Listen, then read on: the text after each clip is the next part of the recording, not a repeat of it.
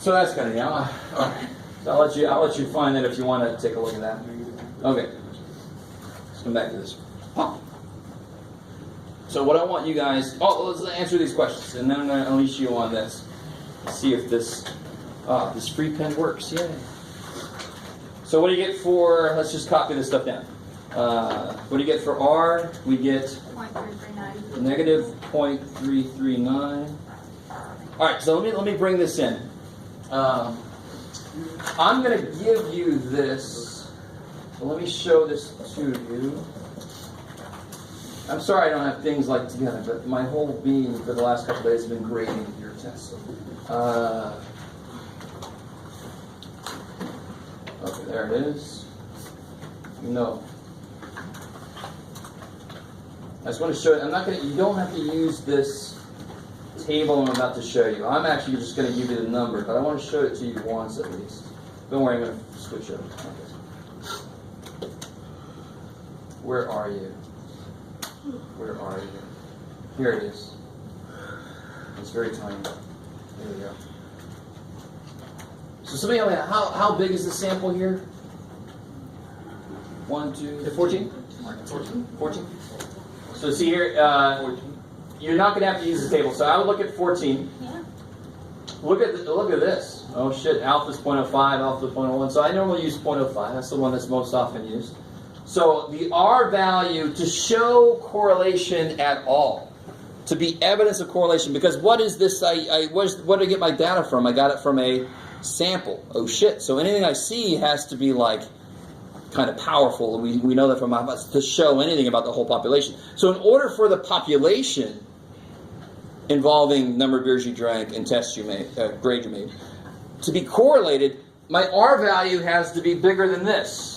Or less than negative this, of course, right? Is that cool? It goes both ways. It's got to be more than this far away from 0. Did we even get that far away from 0? No, we only got to 0.3 something. So it's not even weak correlation. It's just no correlation. That's not enough evidence for correlation. So on a test or a quiz, I would give you this number. I'd give you the benchmark number. I wouldn't give you the table. I'd just say your R has to be more than 0.7 or whatever to show correlation. Are you guys with me? So what if it was this and we would have gotten negative 0.6? Is that correlation? Yes. What kind of correlation would you say? Weak negative. Why weak? Because it just barely got over what it needs. But if I got negative 0.91, decently strong correlation. Yeah, good. Those are the only two options. I'm not going to have this gradation of, well, it's kind of strong, but sort of weak. No. It's not going to be like grading, talking about wine. Let's get some notes of woody. No, stop. All right. So that's the table I'm going to use. I'm just going to give you the benchmark value for your R. Cool. So coming back to this.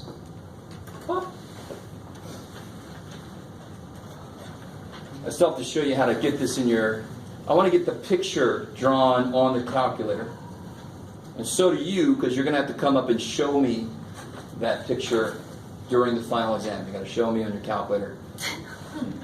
What? Oh, well, too bad. Is this a strong correlation? No, it's not even a correlation at all. What kind of correlation? None. What's the line of best fit? It was what? Negative 2.535x plus 89.83. If you use the line of best fit to make a prediction, would you trust that prediction? No. Because there's not even a correlation at all. Let me stop there for a second. Because all that makes sense. There's no correlation at all. So the line of best fit is not very close to the data points that created it. So I can't trust the line of best fit to predict for me. What's normally my best guess? So if you had to take a best guess of grade you're going to make, we've done this before. What's my expected value? My best guess would be the what of these? The mean. The mean. So what this function does, what this line equation does, is when I can trust it, it's going to improve on that prediction. Normally, if I don't know shit, if I have no idea how these are correlated, my best guess is the average grade. That's my best guess. But if there was a correlation, I could use the number of beers you drank to make a better prediction using the formula. Not just the average grade, but I can make it more customized. But I can't do that for this one because I can't trust the line. Okay, maybe. So here's the last thing we need to do with this data. So here's what we're going to do. You ready? First off, go to y equals. Make sure you ain't got no weird shit in there. Let me know. Does anybody have something that doesn't say y? Does anybody have one that says r or something? No. So everybody says y1, y2? Yeah. Okay. Because I can make him say other shit. I can make him say, I can really freak you out and make him say this. Woohoo! Some of you guys know what that is. Let's not go there, Jeff. Okay. Just keep it there. So what we're going to do right here is we're going to put our line of best fitting. Actually, let's not do that yet. Make sure that's all clear. Make sure that's all clear. Don't even put the line of best fit in there yet. Go to stat plot right up here. So you have the second y equals. So I'm going to stop there. Has everybody got that screen showing up? Yeah. Sorry, I'll do it again. Oh, crap. Okay. Go to second y equals to go to stat plot. Hit the second button and y equals so you can get up to stat plot. Makes sense because I want to plot my stats. So I'll use stat plot. How are we doing? Is everybody there? Yeah. Okay. So now let's all use plot one. Does anybody have anything on here? Go ahead and do this. Everybody just hit number 4, enter. Just make sure everybody starts with all the plots turned off so we ain't got no extra data screwing us over. So let me do that again. So stat plot and then hit number 4, enter. So it just turns all your plots off. If I do it again, I think my calculator will scream at me. So now everybody select number 1, plot 1, and turn it on just by hitting the enter button when you're on. And what type do we want? Well, we want a scatter plot. I want to make a picture like what's on the front of this page, just the points plotted, right? So the very first thing I want to highlight. Some of you guys might realize, well, there's a histogram option and a box and whisker, and this dork up here made us do this by hand. There's sorry. List 1. Make sure your X's are in list 1. Your Y's are in list 2, right? And then you get to pick, are you a square? Are you positive? This is cool. I think I got 4 options. I only had 3 options before. Are you square? Are you positive? Are you a little square? Or are you a dot, a speck in the universe? This is just going to mark your data points. I, of course, am the square because I teach math. Blue. All right, this is something I haven't done yet with a new one. I don't know how to make it actually do it. Right. Yeah. Oh, I know. I got it. I'm being silly. So you can. I'm gonna just leave it blue. If you get an older version, you don't even get to choose because you got no color. So if I hit graph right now, it's going to be very. So exactly. We hit zoom, and it should be very. You can see it on mine. The one that makes the most sense for this class is the one that says zoom stat. Yes, ma'am. Mine says error. What Mine happened? just did it. What? Hit zoom. Hit zoom. Hit zoom. Very top. Yeah. Zoom right there. Hit zoom. And are you in this list now? What's happening? Hit zoom. Mine says error. DIM mismatch. Oh, okay. When you entered your lists of data, you didn't have the same. One of them is off. Okay. Yeah. So one error you could possibly get, and I talk about it up here, is dim mismatch, and that's dimension mismatch. That means your lists aren't the same size. So the calculator is going to freak out. It wants to put a point there, and where's the point? 3, comma, blank space. That's going to freak it out a little bit. Yes, ma'am. Mine doesn't even have like Y or anything. Oh no, you're fine. It says, first off, pick the scatter plot. Well, yeah.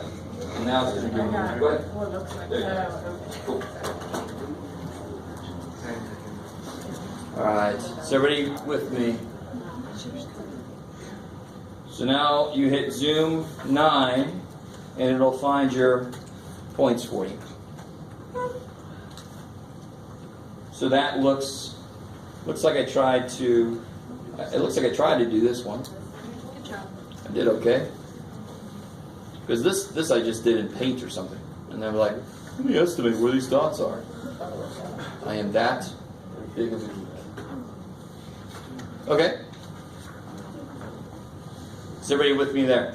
Yes. So now, when I put my line of best fit, it's going to be sort of not satisfying because it's not a good correlation, but it is going to sort of do what I would hope it would do. So we put in there, if we hit y equals, I can then put in my line of best fits, the negative 2.535. Here's your X button right there. Why does Gotta mine have something in the Y2 equals already?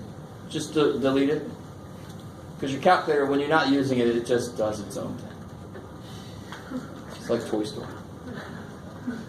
So at some point, somebody put something in there for you, Dean, but just make sure everything else is empty. Is everybody cool with what's happening right now? So I'm going to put this equation in. Your X button is right here. Right next to the alpha button, there's your X button. Plus 89.83, looks like. So there's the line of best fit. You can change the color. So it's not blue. Oh, yeah. I haven't really used this all the way yet. Alright, I have no idea. Hey, there it goes. What can I do? Magenta. Ooh, yellow. Alright, now when I hit graph, well, that's not very. Oh, yeah, that shows up pretty good. It does kind of do what you'd expect the data to do. But you see how far away the data points are from that? That's why it was such a weak, and it turned out to be not even enough evidence for any correlation. Isn't that cool? All right. Let's see how cool you really think it is, because now I want you to do this. Everything we just did, answer the questions, get the data points, get the line of best fit.